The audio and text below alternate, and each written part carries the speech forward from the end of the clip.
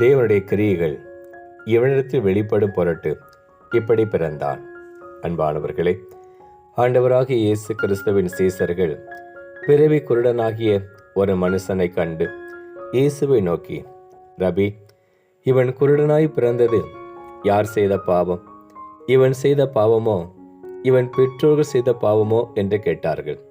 இயேசு தன் சீசர்களுக்கு பிரயோத்தரமாக, அது இவன் செய்த பாவம் அல்ல, இவனை பெற்றவர்கள் செய்த பாவம் அல்ல, தேவனுடைய கிரியைகள் இவனிடத்தில் வெளிப்படும் பொருட்டு இப்படி பிறந்திருக்கிறான் என்று சொன்னார்.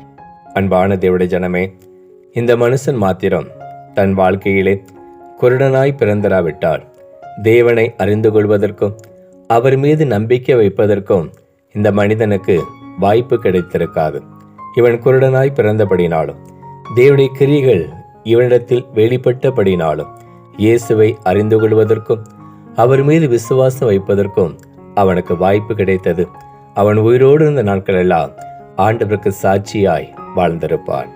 தேவனிடத்தில் அன்பு குரலுக்கு சகலமும் நன்மைக்கு ஏதுவாக நடக்கிறது என்பதாக வேதம் சொல்லியிருக்கிறபடினாலே ஏற்ற காலத்திலே தேவனுடைய கிரியை நம்மிடத்தில் வெளிப்படும்படியாகவும் நாம் அவர் மீது நம்பிக்கை வைத்து அவருக்கு சாட்சியாய் வாழும்படியாகவே தேவன் நம்முடைய வாழ்க்கையிலே பாடுகளை அனுமதித்திருக்கிறார். சோர்ந்து போகாதிருங்கள்.